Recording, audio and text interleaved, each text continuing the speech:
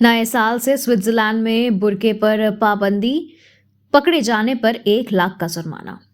Switzerland ने 2025 में बुर्का ban लागू कर दिया है। यह फैसला 4 साल पहले हुए जनमत संग्रह के आधार पर लिया गया, जिसमें 52% लोगों ने बुर्का पर प्रतिबंध के पक्ष में मतदान किया।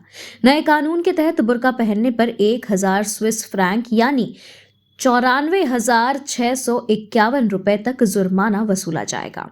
इस कानून को लागू होते ही इस्लामिक समुदाय में विरोध बढ़ गया है।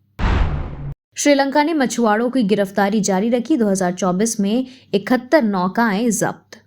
दिसंबर में श्रीलंका के राष्ट्रपति और पीएम मोदी ने मछुआरों के मुद्दे को मानवीय दृष्टिकोण से हल करने पर सहमति जताई थी, लेकिन इसके बाद श्रीलंकाई नौसेना ने 17 भारतीय मछुआरों को गिरफ्तार किया।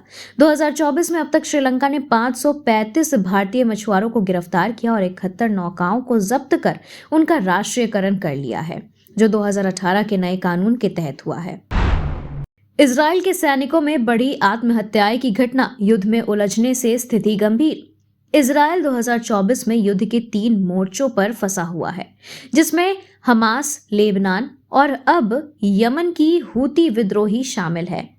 इस जंग ने इजराइल की सेना में आत्महत्या की घटनाओं को बढ़ा दिया है।